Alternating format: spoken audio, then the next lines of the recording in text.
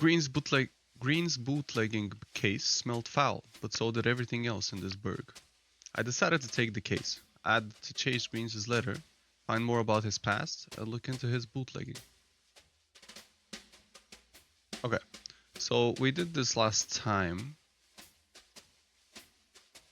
We should be able to, yeah, we can leave. What do we have in our notes? Do we have everything we did last time? Let's see. So I forgot about these goals too. We need to discover Greens' past, investigate Greens' bootlegging, and find the source of Greens' letter. Alright. It seems like we do have... So I haven't lost any progress. This is what we did last time. So let's see, what can we do? Maybe let's go back to the Southern Coffee and talk to Frankie. Let's see if he can help us in any way. Alright, we are not gonna talk to the cabbie. Never. We never do that. What are we, weirdos? Southern Coffee was an automat diner. Ethel Burgess, the lone waitress, was friendly to help with any inquiry. Of course, if you winked at her right, she'd know you. She'd show you the way to the downstairs toilet where Frankie played bathroom attendant. Oh yeah, we read that. Ah, so it's gonna say that every time, I guess. Also, if I'm sounding weird, I'm sorry. I'm going over a cold, so you know there's that. I'm sorry about that. Southern Coffee had a distinct right, so nothing new to interact with, is the same stuff. I guess we can talk to Frankie and see if there's anything new that we can do. Let's talk. I looked at Frankie. What's eating you, kid? He asked. Okay, so let's ask about our notes. Can we ask him about our goals?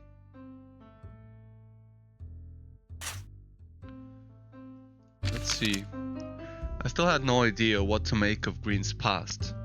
Frankie shrugged. Perhaps something in Green's house could give you some hint? He asked. I agreed, though I knew it wasn't the most pressing part of the case just then. Shipman would call when he'd found more information. Wait, who's Shipman? I'm already lost, man. I turned back to Frankie. Okay, so he's saying maybe in his house we can find something about his past. But I think I already went over his house and did everything that I can for now. What about the bootlegging? I wondered aloud how I could get more dirt on Green's bootlegging. Frankie thought about it too. He offered, well, Green's working with Tiny Paul on this scheme. If I were to buy from a new source, I'd have to try it, get a taster. I continued his thought. So there's likely a sample of Green's stuff laying around the tin spoon. That will make sense. Well, maybe I can ask Paul about whatever booze I find in there. Okay, but we still need to figure out how to get in the tiny spoon though. The tin spoon. The tin spoon doorman kept me outside the joint. He wants a password, but I have no ideas. Fill full your cups, feel no distress at all, our great thoughts shrinking less, he says. Who knew gangsters were the riddling type? Frankie laughed. All our great thoughts shrinking less, he said. So I just got the password for free? He turned and grabbed a bottle from his shelf. Shit, no, wait. Thoughts shrinking less and less. What? I asked, puzzled. He turned and grabbed a bottle from his shelf. Vintage stuff this. Strange they'd use it as their code. He handed me the bottle and I read the back of the label. Fill full your cups, feel no distress. At all our great thoughts shrinking less, will do a good deed nevertheless. Okay.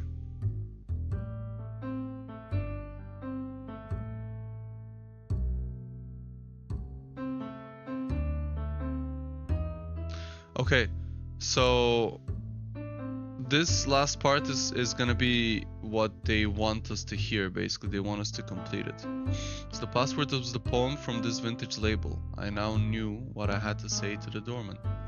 Now, one thing I'm curious about is, was there another way for me to learn this? If so, did I just basically get it gifted to me by Frankie because he's your de facto hint guy?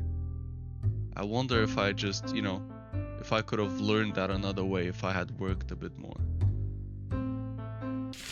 Let's ask him about, oops, sorry, I hit the mic there. Let's ask him about something else and see what he tells us there. Let's ask him about the letter, right? That's the only thing we haven't asked him about yet from the goals. I pulled Greens' letter from my pocket and showed it to Frankie. I'm still stumped on this note, I told him. Frankie shook his head, puzzled as I was. Well, Green said he thought Redstone Stable sent it. Maybe he did. Talking with him could at least lead somewhere. I agreed and vowed to speak with Stable. I folded the note back into my pocket and thought about what else I could ask Frankie. Stable wasn't that the barber guy? We went and we talked to him. But let's see, anything else?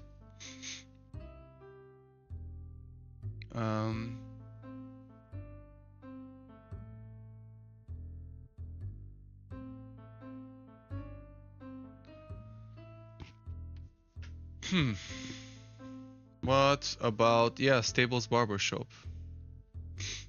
What if we... Ooh, let's talk about the picture. Was that... Yellowed photo? Yeah, let's ask Frankie about that.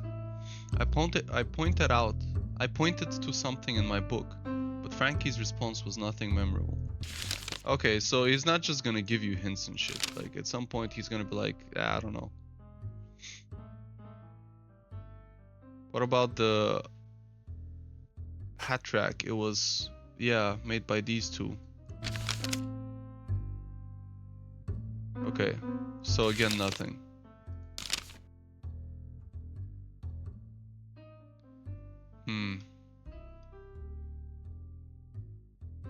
What about this tickets to St. Louis?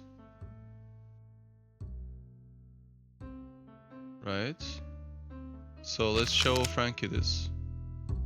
No, nothing. Alright, never mind. Let's go for now. We have an idea now for at least the tin spoon. We can go there.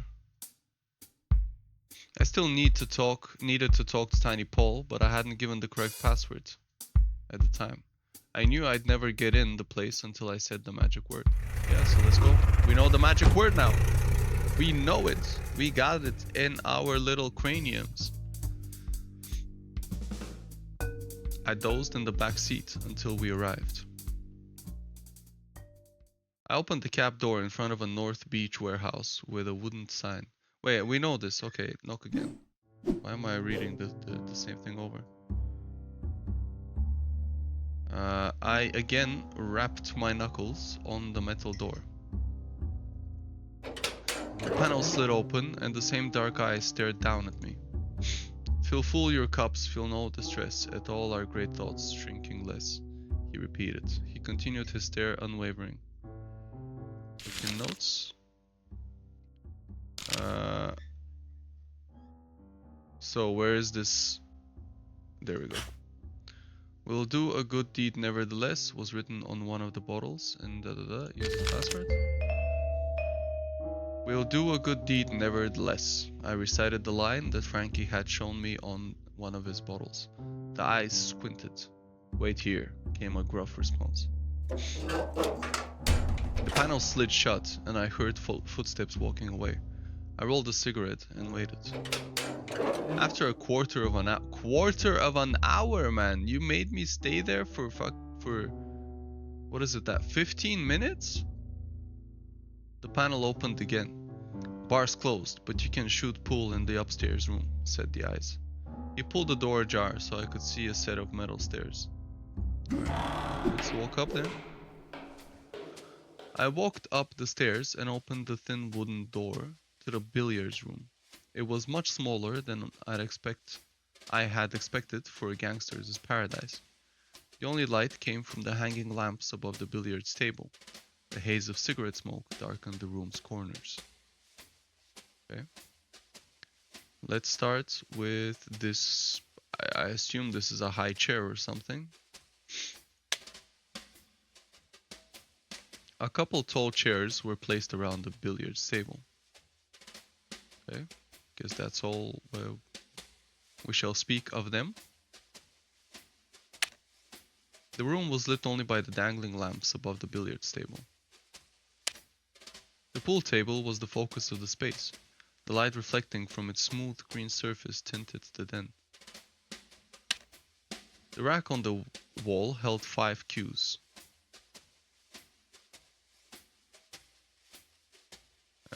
We will talk to him last. Oh, we have a booze bottle here. A bottle of unlabeled wine sat on the table. When I sniffed, it smelled of strong spice. Yeah, because it's cheap. A clean ashtray sat next to an emptied glass on the table in the corner. Alright. So it's just this figure left to talk to, there's nothing else. Okay. I saw a tall, broad-shouldered man playing the table by himself. Based on Frankie's description, I gathered that this was Tiny Paul. I cleared my throat to get him to look at me, then followed with a casual, "Are you ever gonna take a shot?" He stood up straight, rested his cue on the table, and looked at me sideways. It was the petulant look of a boy forced to play with his younger sibling. "Hello," he sighed. His voice was deep, or I asked him more about billiards. Let's go with his voice was deep. His voice was deep. Apparently, Ferry only hired baritones, but it had no gravel.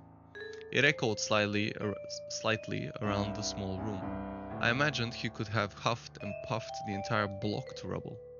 "I like watching them," he said, nodding to the balls on the table, thinking through my options. I'd never shot much pool, but I thought he might like me more if I feigned interest. I considered lying to him, telling him that I played a lot. Nah, we shouldn't do that. I'll stick to cards. I didn't lie to him just then. "Stud, blackjack, or bridge?" he asked hoarsely. I raised an eyebrow and he showed a sheepish grin. "A gambler plays them all."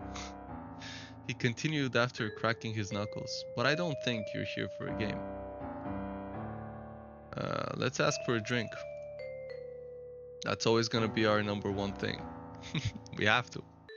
Ask for a drink. Mind pouring us each a growler?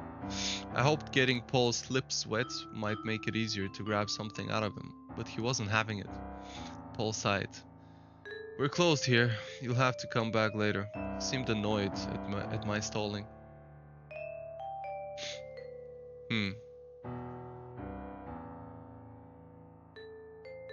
Not nice to a stranger. "Not nice to a stranger, Tiny Paul," I said. I expected surprise when I mentioned his name, but he just chuckled. "You think I don't know about you, Miss Malone? I'm not giving you anything you ain't already got." So he'd known me too. The doorman must have looked me up. The bay talks fast. "Anyhow," he said, eyeing the billiards table, "you need anything else from me? If you want something, better ask specific." Mobsters never failed to grate my nerves.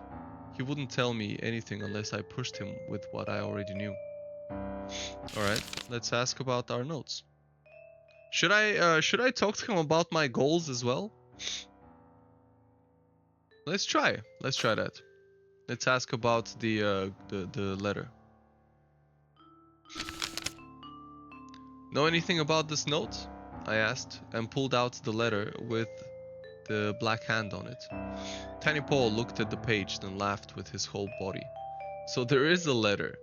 Green's shaking over that. I'm not losing sleep though. Look, Green and I aren't best pals, but nobody will touch him with our protection, and none of us sent it to him, or else I would know about it. Anything else? Okay. Yeah, let's ask him about all of these things actually. Know anything about Green's past? I asked him. He's a local kid, I think.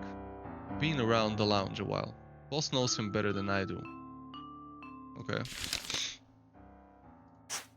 Let's talk about the bootlegging. So you're giving Green the dough? I asked. That's right. We gave him the cash to get the supply going. You already gave him the money? Aren't you afraid he's going to run out on you? I asked. Tiny Paul frowned. I suppose you know less than I thought. Well, just to set you straight, that kid's right under my thumb. No way he'd get out of town alive before setting up our source. He turned his gaze back onto the pool table. Anything else? Yeah, maybe. What can we ask?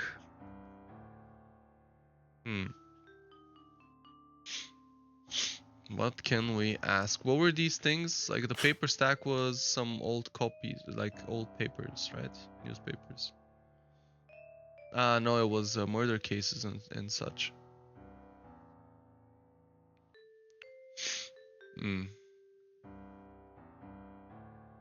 This is the newspaper.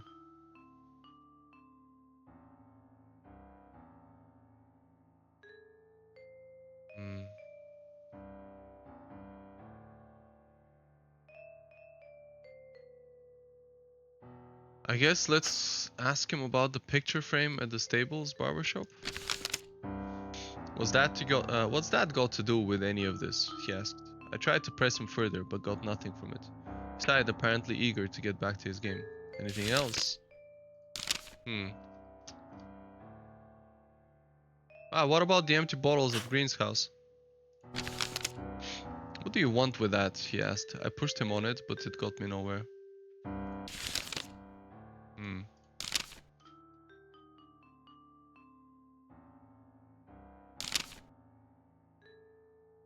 Okay. So these are our statements. Let me have a sip of my tea. Because no murder mystery is complete without some tea.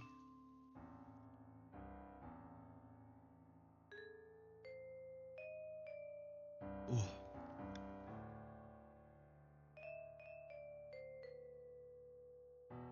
Okay, so what do we have next?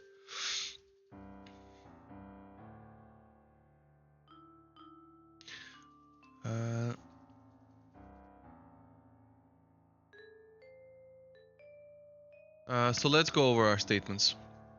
Connor Green got a threatening letter. I don't think we can talk to him about it. We've already talked. I don't think there's anything more. As a new bootlegging scheme, sure. Suspect Redstone Stable. Let's actually ask Tiny Paul about that. Know anything about Redstone Stable? I asked. Heard the name, he replied, but why all the gossip? He could tell you more about himself. You won't give me anything on him. Now why would I do that? He shook his head and asked. Anything else? Okay.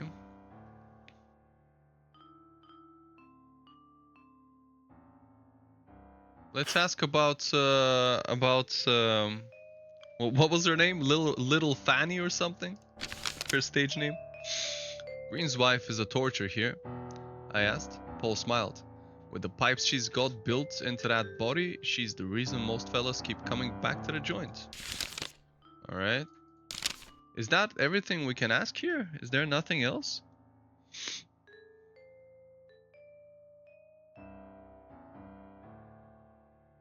What about Redstone Stable claiming he doesn't bootleg? I tried to work something about Stable from Tiny Paul, but he withstood my brow beating without letting anything slip. I don't know if there's anything else we can ask here. I don't know if I should go back to the barber shop or to or to Paul's home.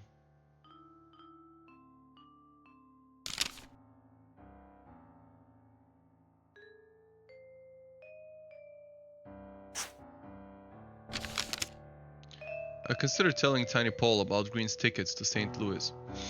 But if these mobsters thought that Green was about to blow town, they'd be liable to dig him an early grave. I still needed to solve my case, and for that I needed my employer alive. Maybe after it all cleared up, I'd mention Green's tickets. I must have been lost in thought because Tiny Paul said, "Can I get back to this already?" Yeah, sure. Didn't have anything else to say to him, so he cracked his knuckles, arched over the table, and resumed lining up shots. So,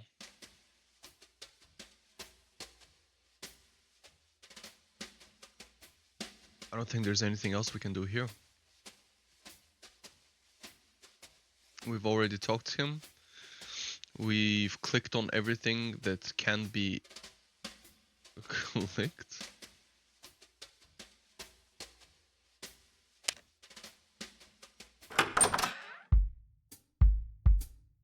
Let's go back to Green's house, maybe. Maybe I missed something.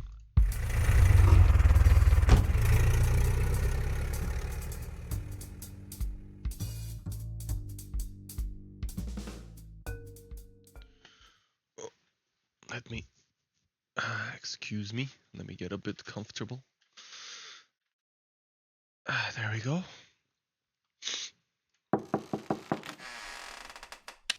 Can we talk to her at all? No, she's passed out. She is monged out, man. Did I click on all three of these tables, I wonder?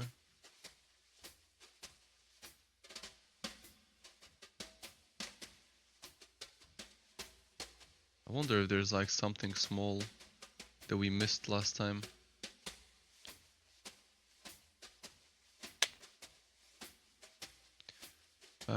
So this one, yeah, this is with the tickets. So we looked at that. That's with the ashtray. Yeah, there's nothing here. I don't think we can do anything here.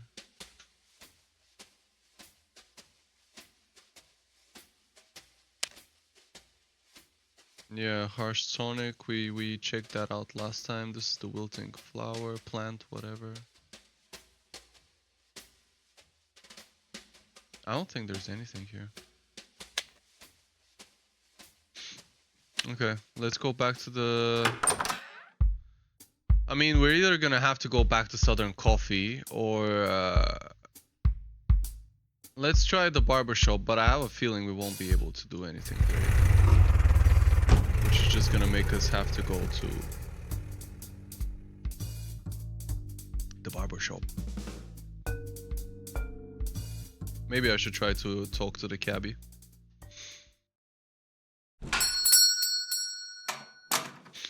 Okay, so let's double check again. Yeah, there's nothing new. Alright, let's talk to him. Let's see. I didn't ask him about these goals before, I think. So let's ask him. I pulled Green's note from my pocket and showed it to him, but didn't let him hold it. Green tells me this letter is from you, I told him. He doesn't like the threats. Stable lowered his head to study the notes, then chuckled. His knowing grin returned to his face. But this is a Black Hand letter, he said, flourishing a hand towards the paper. Have you ever seen a Black Hand letter, Miss Malone? I confessed I hadn't. Exactly, he said. You should ring your friend Shipman at the station and ask what it means. Okay, we're getting somewhere, let's go. Sam Shipman had been one of my uncle's regular partners in the vice rackets. I wondered what Shipman could have to do with the Green's case. Stable seemed to think that he had a lot to do with it.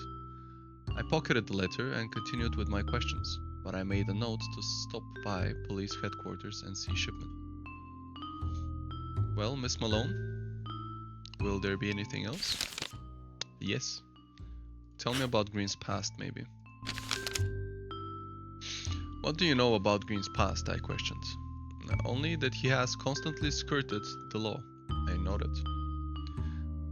Okay. Then, what about the bootlegging? Ask Table again about Green's bootlegging claims. Ah, yeah, right, because we already asked him that. Okay. Okay, so there was one thing that we missed. That's good. We got that. What else maybe we can ask about?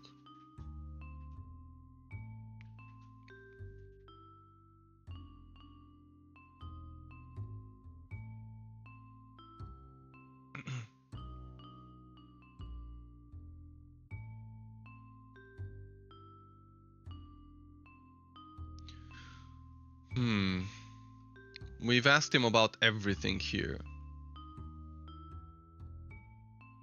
I don't know if there's any point in asking about like the billiards table, but I guess we can. Why not? I showed him something in my notes, but I got no good information. Yeah, okay. That's kind of makes sense. What about these tickets?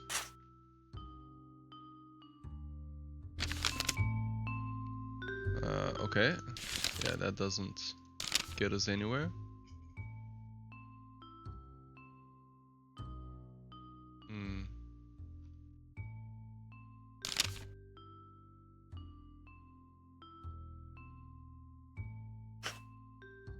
What about the wife?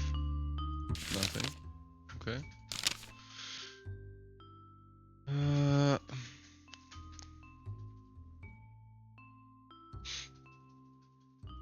I think hopefully we can now go back to the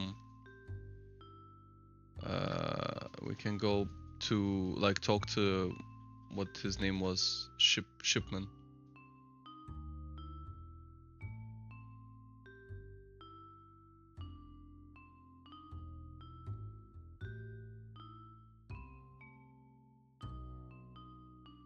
Okay.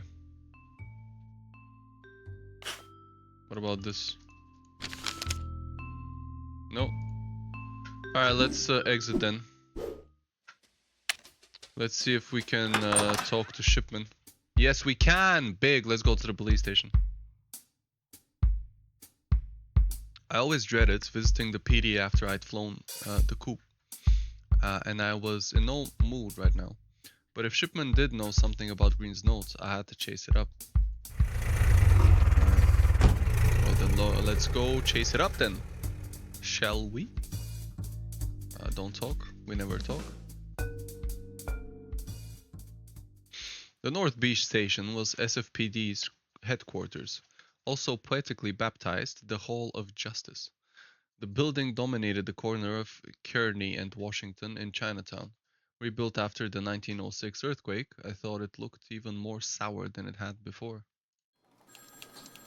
I strolled to the young bobbed girl behind the large oak desk. She must have been new, because we shared no recognition of one another. I asked for Shipman, and she motioned me to a chair as she pressed a pearl button. I sat down, and she disappeared through a frosted door. I rolled another cigarette to pass the time. Between puffs, I thought about my history at the department, the future of the SFPD, the shape of my smoke plumes. My history at the department. Between puffs, I thought about my history at the department. I imagine the station captain would have been furious had he known I was there. I did, after all, break a tumbler with the help of another officer's temple. That had been my last day on the force. It wasn't long before Shipman walked out of the frosted door. Samuel Shipman smiled when he saw me.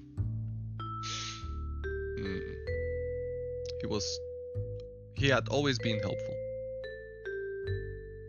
He had always been helpful to me in my days on the force. Working closely with Lewis, he'd acquired the habit of bouncing theories my way. He judged officers purely on results, and because of that, he was one of my few fans. We exchanged brief pleasantries. Excuse me. My face is getting in the way. We exchanged brief pleasantries before he said, wouldn't come here for glad handing. He had a habit of removing the subject from his sentences. What needs doing? I explained my case to him. He scoffed when I mentioned Connor Green. Working for that pinhead? Got a good mind to run him up a flagpole. I just need to know about this letter. I handed him the note Green had given me and explained its context. After looking it over, Shipman tried to stifle a laugh. Complete bunk, he said. See the symbol in the corner? Mark of the Black Hand Gang. Except, Black Hand letters are always ransom letters, not threats. No foothold on this coast, anyhow. Never been one in California. So the letter's a fake? Shipman nodded. Someone trying to imitate the Black Hand. I grunted a sigh and noted what he'd said. Don't know if Green is getting one over you, he said, or if someone else is pulling Green's leg, but having more dirt on the man couldn't hurt, especially if he's your client. I agreed. I've been trying to dig through his past. You got any bunk on him? Shipman shook his head. No.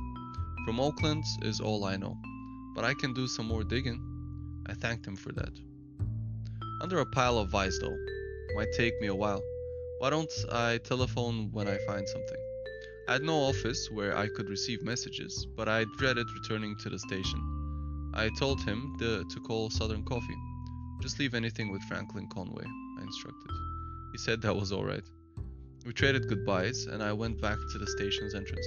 I don't know how that's okay, by the way, because we're talking about police matters in a sense. So this shouldn't be okay. Like, he shouldn't be saying, yeah, me as a policeman, there is no problem with me telling a civilian like Franklin some information.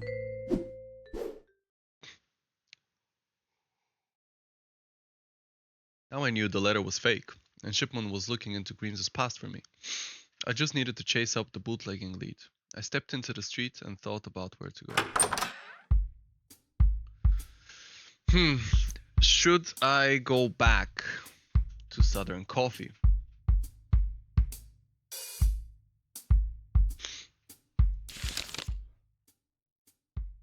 Yeah, let's go. That's one of our goals done. It's